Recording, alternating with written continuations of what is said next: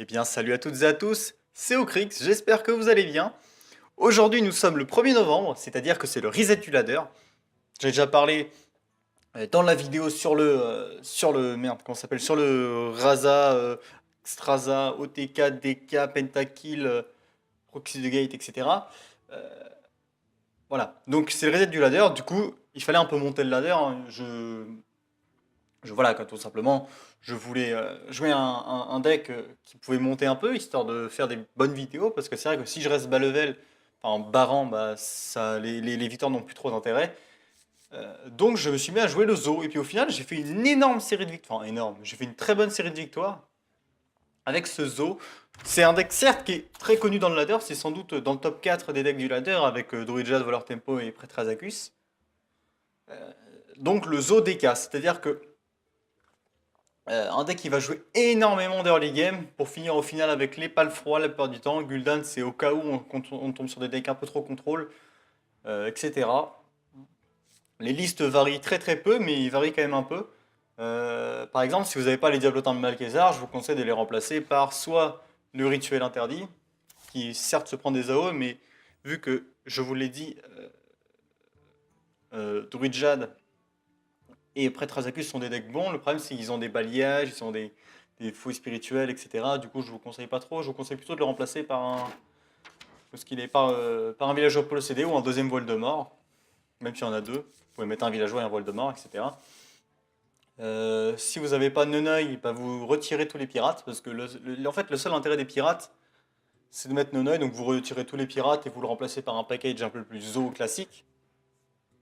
Peut-être même un package un peu plus de défausse, mais si vous jouez défausse, ne mettez pas de T2. N'oubliez pas qu'il ne faut pas mettre cette carte-là, hein, si vous voulez faire un peu plus défausse, ni cette carte-là d'ailleurs. Vous pouvez remplacer avec ça, avec même ça, mais ça me paraît un peu trop greedy, etc. Si vous n'avez pas le DK, bah, je vais pas vous mentir, le DK est essentiel parce que on l'utilise certes pas souvent, mais le peu de fois qu'on l'utilise, il est juste incroyable. Alors, je vous conseille de ne pas le remplacer quand même, de ne pas jouer ce deck si vous ne l'avez pas. Ou là, encore une fois, vous partez sur une mécanique encore plus agressive, mais je sais pas. Je suis pas fan. On va directement partir en game. Et justement, d'ailleurs, je suis en 13 là. Je suis à 498 victoires, c'est-à-dire que probablement dans cette vidéo, si je fais pas du 0-3, on va peut-être passer le démoniste en doré, tout simplement. Ça va faire ma sixième, si je dis pas de bêtises. J'ai quoi en doré? J'ai le voleur, le mage, le prêtre, le guerrier, le druide, le chaman.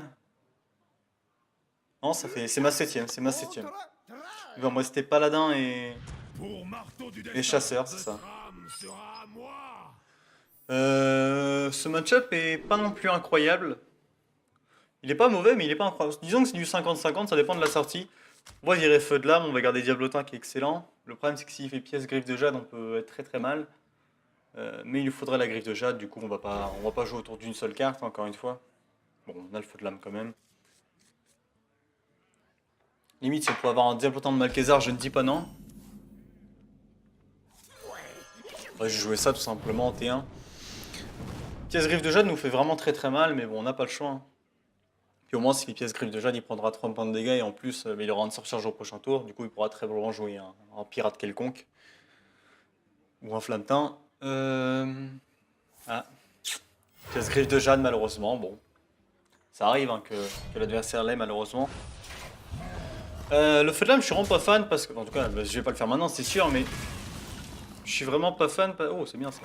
Parce que j'ai surtout pas envie de discard le garde funeste parce qu'en fait, lui, sa win condition, c'est soit la Bloodlust, soit Gangster ou Evolve, soit son DK. Il a pas mal de win condition contre nous, alors que nous, on a que le DK quasiment. Le problème, c'est que ces dévolves nous font. Enfin, c'est une catastrophe les dévolves contre notre deck. Mais bon. Il fait certes une bonne sortie. Par exemple, là, s'il fait un pirate, il a son pirate aussi. Neneuil aussi de son deck. Bon, il fait une bonne sortie, mais au final, il a pas pris tant le board que ça. Il a autant de cartes que nous en main. On pourra faire pas potentiellement Neneuil au prochain tour. D'ailleurs, petit tips, je sais que on vous dit souvent de toujours piocher avant de jouer son tour, du moins si vous prévoyez à peu près votre tour. Mais dans le cas où vous jouez un pirate, jouez d'abord le pirate puis piochez après, au cas où vous piochez Nonoï, hein. Ça me paraît assez logique, mais ça me paraît quand même assez essentiel pardon, de l'expliquer. Hmm. Je me demande. Il pourrait nous faire quoi, T3? Il pourrait nous faire potentiellement un totem back de mana qu'on ne pourrait pas tuer, à moins de faire feu de lame, mais je suis vraiment pas fan de feu de lame, encore une fois. Si je discarde le garde funeste, c'est une catastrophe. Fort attention aussi à Gangster ou Evolve. Excusez-moi, je prends un peu. Deuxième griffe de Jade. Plein de temps, il va commencer à trade évidemment. Ça lui coûte pas grand chose lui de trade. Ça lui coûte seulement 3 points de vie, c'est quoi ça? Deuxième feu de lame, ah, c'est pas bon ça. En avant, moussaillon.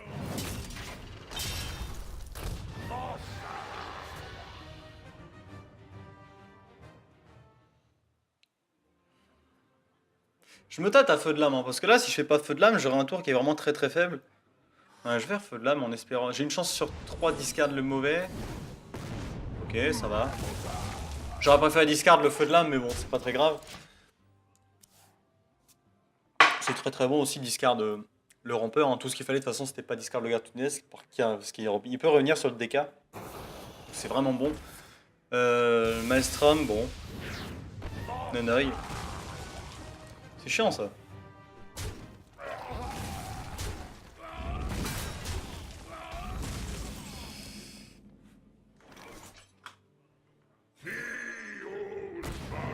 On va quand même trade au cas où il a un DK un peu tôt. Puis surtout, il doit avoir Gangstero Evolve en main. Enfin, du moins, moi je pars du principe qu'il a Gangstero Evolve en main. Euh, du coup, voilà. Claire de Jade peut-être qui va partir. Ok. Ça peut être vraiment très problématique si on n'arrive pas à gérer le deck. Ici, le meilleur top deck évidemment, c'est Garde Funeste. Bah voilà, parfait. On l'a pioché. Excellent. Parce que si on n'arrivait pas à le gérer, que derrière il faisait Gangstero Evolve, il laisse juste nos out value. Ici, il va très très prolong Gangstero Evolve. Auquel cas, nous n'aurions pas de removal pour le tuer. Mais si on top deck potentiellement un Palfroy, bon après, faut pas trop demander. Il a pas Gangster ou Evolve, c'est une très bonne nouvelle. Par contre, il a le Spell Power, il va sans doute éclair de Jade, c'est ça. Mais ici, on est de mieux en mieux, mine de rien, parce que contrairement à nous, lui, il va pas pouvoir piocher efficacement. Le Palfroy de la droite, évidemment. On va quand même prendre le trade, parce que si jamais on se prend un Devolve,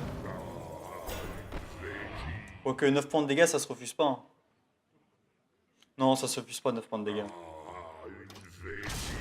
Je peux pas me permettre de refuser 9 points de dégâts, surtout que ça setup létal pour le prochain tour. Le problème c'est que, bon après Devolve, certes ça nous donne un T4 qui sera beaucoup moins bon que le garde funeste, mais ça nous donnera très probablement un meilleur T6 que le T7 qu'on a déjà là.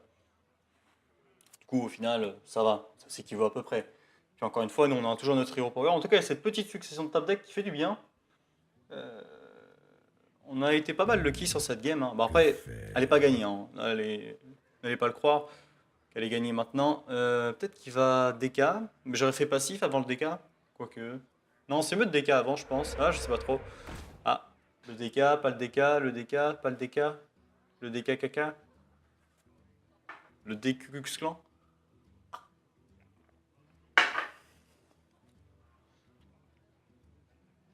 Il stat, hein. Je comprends pas trop parce que je suis quasiment sûr qu'il va faire soit Bloodlust, soit DK. Même si, à mon avis, il va très probablement faire le DK. Du coup, je comprends pas trop pourquoi il attend. Surtout que potentiellement, s'il a des charges. Ou alors s'il a des plays à faire, même avec 0 de mana, il aurait dû attendre un peu. Éclair de Jade, ça tue ma 9-8. Mais bon.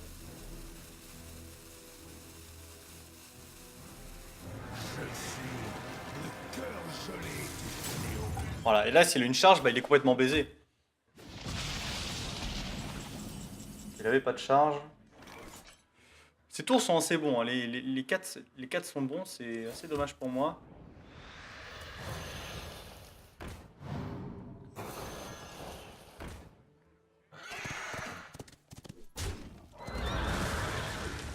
Encore une fois, on peut pas se permettre de refuser enfin, de refuser tout simplement 9 points de dégâts. Le problème, c'est qu'ici, il va voir Hero Power très souvent, mine de rien. La Bloodlust, on en parlait.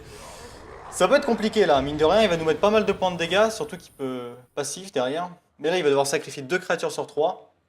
À moins qu'il ait un Maelstrom, peut-être, ça c'est pas très grave. Le truc, c'est qu'on a Gul'dan dans 2 tours. Ça, c'est une bonne nouvelle. Et Gul'dan, si j'ai bien compté, il va nous ramener quasiment que les 2 gardes funestes, si je dis pas de bêtises. J'ai joué le Diablotin de Flamme T1, je me souviens.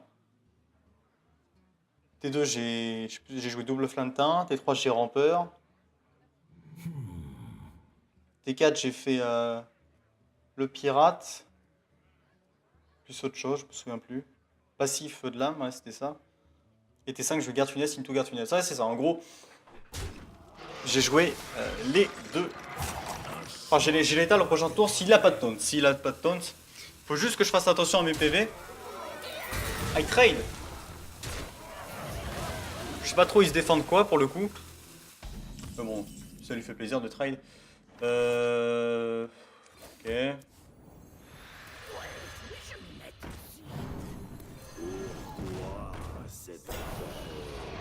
Je vais tout jouer puis je vais faire ça tout simplement. Prochain tour, ok, donc on va rip up 5 démons, si je dis pas de bêtises, ça veut dire que si il n'a pas de taunt, et ça m'étonnerait qu'il est létal, s'il n'a pas de taunt, j'ai gagné. Genre, 100%. Puis même s'il a un taunt, bah, au final j'aurai 2-5-7, j'aurai un taunt, j'aurai 2-3-2. Donc au final, ce serait bien aussi quoi. Ce choix n'appartient qu'à moi. Là il va vouloir à tout prix défendre son board, enfin oui ça, de garder son board du moins. Là des vols pour éviter de nous faire peur, bah moi ça m'arrange limite. Il a pas l'étal de toute façon, il va vouloir prendre les trades, mais il sait très bien que c'est fini. À moins qu'il ait un taunt, en T5 il y a la 3-6 qui est extrêmement chiante pour moi. Ce n'est pas un taunt, c'est le létal. Et voilà. Parfait, vous voyez, c'est exactement pour ce genre de cas que le DK est excellent, c'est qu'il peut voler des games avec les gardes funestes. Bien joué. Une alliance forgée dans le sang. Normalement il y a un diablotin et 2 gardes funestes qui vont pop, si je dis pas de bêtises. C'est ça. Semble glacial. Voilà. Allez, encore une game, et c'est le passage, bah c'est le passage rang 12 aussi, mais c'est aussi le passage en démoniste doré. Si je gagne cette game, je sais pas si j'en ferai une troisième, parce que le deck vous le connaissez, je pense pas que j'ai besoin de le présenter, c'était juste histoire de vous montrer que voilà, quoi, maintenant j'ai démoniste doré et tout. En plus, il est sympa le démoniste doré avec ses flammes vertes, en mode... Druidjal, c'est un mauvais match-up. Je dois protéger la nature. Je pense que c'est un très mauvais match-up juste à cause d'une seule carte. Vous la connaissez, la plaie envahissante qui nous fait juste perdre la game. En gros, s'il a sa plaie envahissante, j'ai perdu. Mais s'il l'a pas, c'est un très bon match-up. En gros, ça se résume à ça le match-up. La plupart du temps, on le tuera au moment où il a son fléau ultime, donc ça dépend s'il joue avant ou après. Je pense que fléau ultime, pour le rendre fort, mais pas non plus OP, il faudrait qu'il... Ah, il joue face. Ouais. Ah, du coup, ça nique un peu mes plans. Bon, ici, je pars du principe qu'il va faire un marque discharge, auquel cas j'aurais juste à voile de mort. Je suis pas fan de jouer mes pirates, pour la simple et bonne raison que j'ai pas envie de me prendre le clampin avant d'avoir le feu de lame. Juste jouer ça, puis ça. Hein.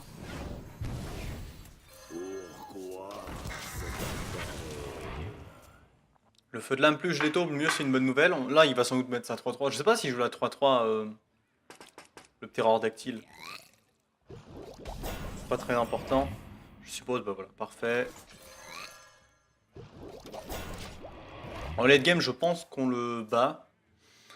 Le problème, c'est qu'il faut arriver au late game, justement. Ici, ce serait très très sympathique qu'on pioche... Ok, qu'est-ce qu'il fait?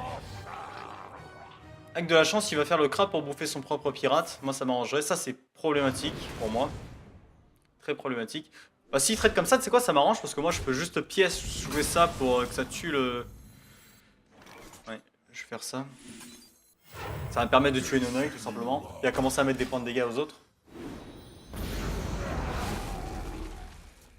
Je pourrais trade tout simplement la 4-5. Ici, s'il fait mana vivant et que je top deck le deuxième...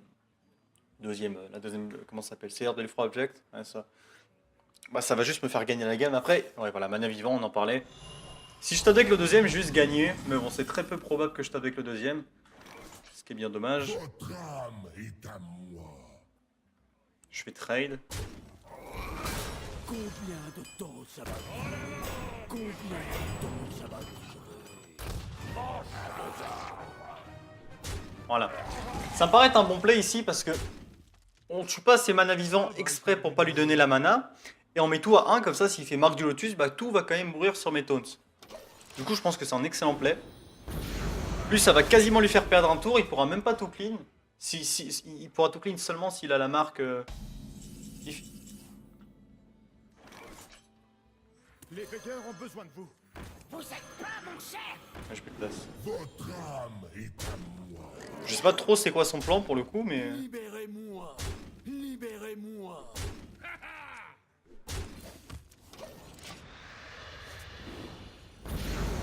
Bon.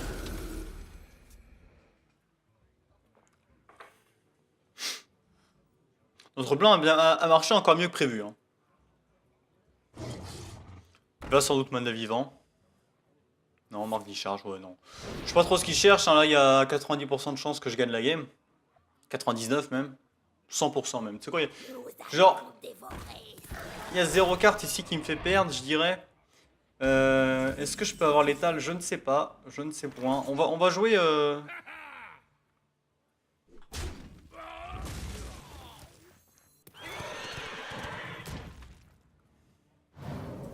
Votre âme est à moi. Libérez-moi. Je sais pas trop ce qu'il attend. Libérez-moi. Reculez.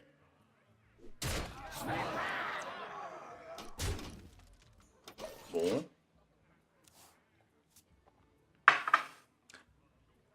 Bien joué. Regardez ce démoniste parce que vous ne le verrez plus dès à présent.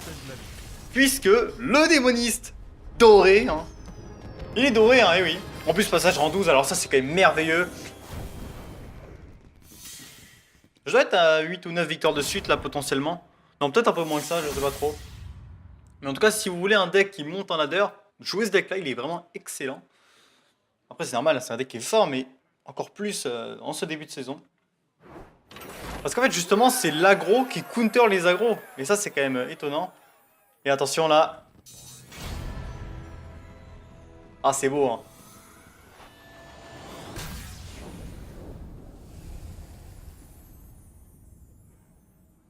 Ah, il est sympa, hein. Ah, il est encore plus vénère qu'il est vénère de base, hein.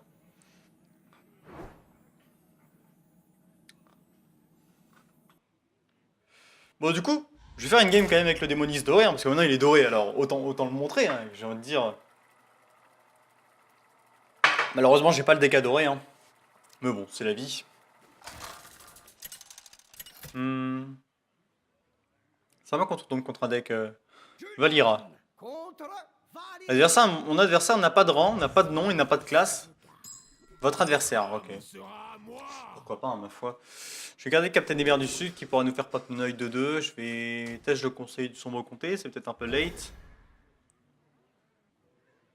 On veut qu'elle ait 7 évidemment, encore une fois. Mais bon, là, en fait il faut juste ne pas avoir non-œil pour avoir une bonne main de départ, la plupart du temps. Diapotan de Malkezar, ça sert à rien. Diapotan de Malkezar, essayez de le jouer. Certes, c'est un très bon body en early game. Mais si vous voulez... Bon.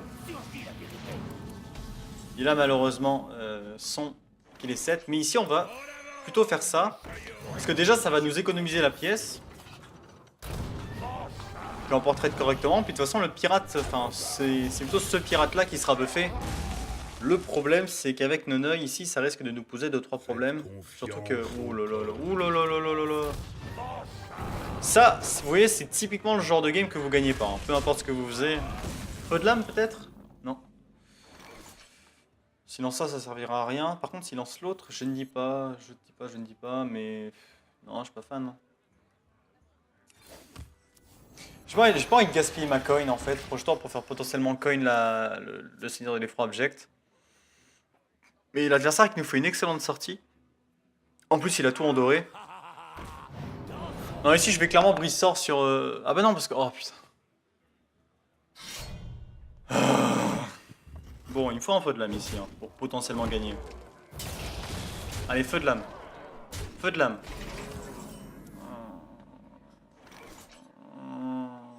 Votre magie ne vous sauvera pas. Bon, projetant, si on n'est pas mort, on peut faire potentiellement Diablotin, pièce garde funeste. Oh putain.